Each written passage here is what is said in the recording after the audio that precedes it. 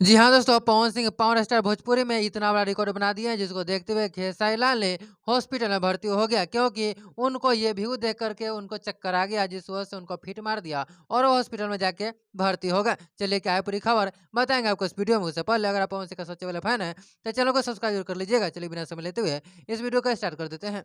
दोस्तों मैं आपको बता दूं, कुछ दिनों पहले पवन सिंह का गाना आया था जिसका नाम था लाल घाघरा। जी हाँ दोस्तों, वो दोस्तों मैं आपको बता दूं कि इतना बड़ा रिकॉर्ड बना चुका है वो गाना, जो भोजपुरी इंडस्ट्री में आज तक कोई नहीं बना पाया है। जैसा कि मैं आपको फोटो भी दिखा रहा हूँ डिस्प्ले पे, आप देख सकते हैं वहाँ पे 3 महीने में। हाँ दोस्तों, मैं आपको बता दूँ कि 3 महीने में 14 करोड़ प्लस व्यू आ चुका है। जी हाँ दोस्तों, 14 करोड़, जो कि सारेगामा हम भोजपुरी यूट्यूब चैनल पर रिलीज़ किया गया था।